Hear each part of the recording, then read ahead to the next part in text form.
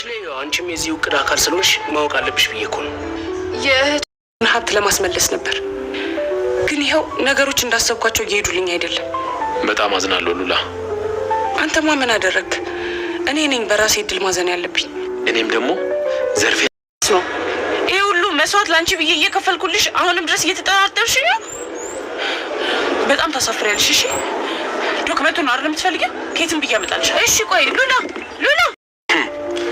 እውነቴን ነው። በህይወቴ እንደዚች አይነት ፈጣጣ ሴትዮ አይቻላል። ቆይ ግን የእውነት ለመዝናናት ብቻ ይመስልሃል ጠፋ እያለች የምትመለሰው?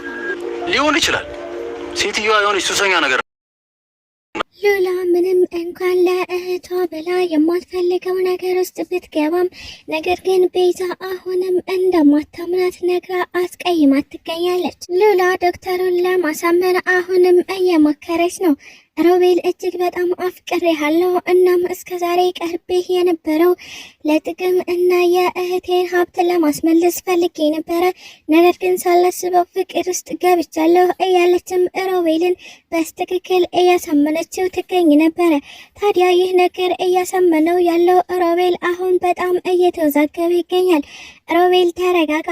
አሁን ከዚች ጋር ፍቅር እያልክ መጫወት ክንትተህ በስትክክል ገንዘብህን እንዴት እንደምታስመልስ አስብ እያለም ራሱን ለማረጋጋት እየሞከረ ይገኛል።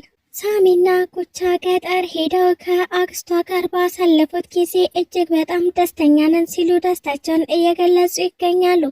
ኩቻ አክስቴ በቅርብ እንድንጋባ ትፈልጋለች፣ ስለዚህ ሽማግሌዎችን ቶሎ ልከህ እንድታገባኝ እፈልጋለሁ ስትል ለሳሚ እየነገረችውም ትገኛለች።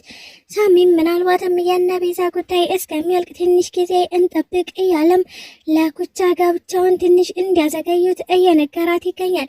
ነገር ግን አክስቷ በፍጹም በዚህ ነገር እንደማትስማማ የተናገረችው ኩቻ አሁኑኑ ሽማግሌ ላክ ያለበለዚያ ሌላ ጣጣ ውስጥ ነው የምንገባው እያለችም ሳሚን እየጨቀጨቀችው ትገኛለች። ሰላም ውድና የተከበራችሁ ቤተሰቦቼ እንዴት ናችሁ? እኔ እግዚአብሔር ይመስገን በጣም ደህና ነኝ። በያላችሁበት ሰላማችሁ ይብዛልኝ እያልኩኝ እንኳን ወደ ቻናሌ በሰላም መጣችሁ። ለዚህ ዩቲዩብ ቻናል ደግሞ አዲስ ከሆናችሁ ላይክ፣ ሼር፣ ሰብስክራይብ በማድረግ ቤተሰብ ሆኑ። እንዲሁም ደግሞ ሀሳብ አስተያየትም ካላችሁ ኮሜንት ላይ አሳውቁኝ። ለዛሬው ደግሞ ቤዛ ፊልምን ክፍል 91 ይዤላችሁ መጥቻለሁ። እስከ ቪዲዮ ፍጻሜ አብራችሁን ቆዩ። ቤዛ ሉላን የዘርፌን ዶክሜንቶች ሰርቃ እንድታመጣላት እየጠየቀቻት ትገኝ ነበረ። ታዲያ ሉላ እስካሁን የለፋሁትን ነገር እባክሽ ሜዳ አትክተትብኝ፣ እኔ እኮ ላንቺ ስል ብዙ ዋጋ ከፍያለሁ፣ ክብሬን፣ ማንነቴን፣ ሴትነቴንም አጥቻለሁ ስትል እህቷን ለማስረዳት እየሞከረች ትገኝ ነበረ።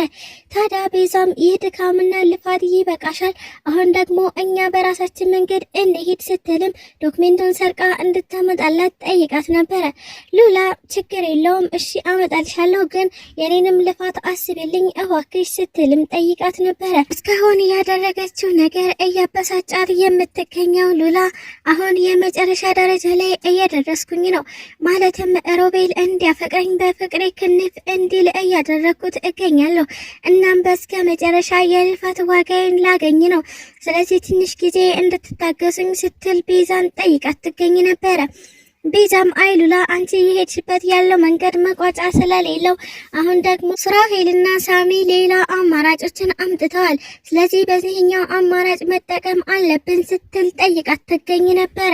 ታዲያ ሉላም አይ ቤዛ በፍጹም እናንተ ያላችሁት ሀሳብ ቢኖርም እኔ ግን የጀመርኩትን ነገር ከመቋጨት ወደኋላ አልልም፣ እናም ዶክሜንቱን አመጣልሻለሁ፣ ግን ከሀሳቤ እንዲሁም ደግሞ እያደረግኩት ካለው ነገር እንድታስቆሚኝ አልፈልግም ስትልም ሉላ የመጨረሻ ውሳኔዋን እንደወሰነች ነግራት ትገኝ ነበረ። ታዲያ ቤዛም አሁን ዶክሜንቱን ታመጭልኛለሽ አታመጭልኝም? የማታመጭልኝ ከሆነ በማለት ነበረ እጅግ በጣም ተበሳጭታ አላስፈላጊ ቃላትን እየነገረቻት የምትገኘው።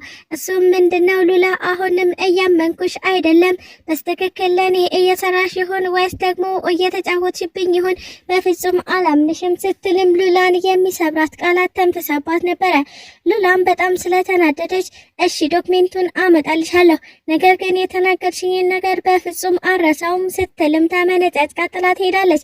ታዲያ ይህ ቤዛ በዚህ ነገር በጣም አዝና እህቴን አስቀየምኳት፣ ለኔ ብላ ምን ያክል ዋጋ እየከፈለች እንደሆነ አውቃለሁ፣ ነገር ግን እሷ ከዚህ ቦታ እንድትወጣ ያደረኩት ቃላት ነው፣ እህቴን አስቀይሜያታለሁ እያለችም እየተጸጸተች ትገኝ ነበረ። ሱራፌልም አይዞሽ ቤዛ በቃ እኔ ሉላን አግኝቼ አረጋጋታለሁ እናም ይቅርታ እጠይቃታለሁ ቢላትም በተደጋጋሚ ስልክ ስደውልላትም አታነሳም። ወይኔ እህቴ እሷ ለኔ ብላ ጉድጓድ ውስጥ እየገባች እንደሆነ አውቃለሁ፣ አሁን ደግሞ ከዚህ ነገር እንድትወጣ ብዬ አጉል ቃላትን ተናገርኳት እያለችም ጸጸቱ ሊገላት እንደሆነ እየተናገረች ትገኛለች። ቶሚና ኩቻ በቅርቡ መጋባት እንዳለባቸው ኩቻ ነግራው ትገኝ ነበረ። ታዲያ ሳሚ ምናልባትም የነ ቤዛ ጉዳይ እስከሚያበቃ ትንሽ ጊዜ እንቆይ ቢላትም ነገር ግን ኩቻ አክስቷ በፍጹም እንዲቆዩ ስለማትፈልግ አሁኑኑ መጋባት አለብን ስትልም ጠይቀው ነበረ። ኩቻ ምናልባት ከ3 ወር ወይ ከ4 ወር በኋላ መጋባት አለብን ብትልም ነገር ግን ሳሚ ከ1 ዓመት እናም ከዛ በላይም ሊሆን ይችላል መቆየት አለብን ሲሉ ምንም አይነት ስምምነት ላይ እንዳልደረሱም አይተናል። ኩቻ ቤዚዬ አሁንም ከአጠገብሽ ሊሆን ፍቃደኛ ነኝ። ከዚህ በፊት ሳላውቅ ሳሚንም ሆነ አንቺን ላስቀየምኳችሁ ነገር በጣም ይቅርታ። በአንቺ ጉዳይ እንዲገባ በፍጹም አልፈለኩም ነበረ። ያ ደግሞ የሆነው ለሳሚ ከማሰቤና ከመጠንቀቄ የተነሳ ነው እንጂ አንቺን እንዲያግዝሽ ፍቃደኛ ሳልሆን ቀርቼ አይደለም። አሁን ደግሞ ሙሉ በሙሉ ላግዝሽ የምችለው ነገር ካለ ላግዝሽ ዝግጁ ነኝ ስትልም ለቤዛ ቃሏን ሰጥታት ትገኛለች። ቤዛም እሺ ኩቻዬ በጣም አመሰግናለሁ። ከዛ ውጭ ደግሞ አንቺና ሳሚ አውራችሁ መኖር አለባችሁ። እናም ደግሞ ይሄ ቤት ያስፈልጋችኋል። ስለዚህ እኔና ሱሬ ሌላ ቤት ተከራይተን እንወጣለን ስትልም ነግራት ትገኝ ነበረ። ታዲያ ኩቻም አያይዛ አይ ቤዚ አትጨነቂ፣ እኔና ሳሚ ለትንሽ ጊዜ ነው እዚህ የምንቆየው፣ ከዛም ወደ ገጠር እንሄዳለን ስትልም ነግራት ትገኝ ነበረ።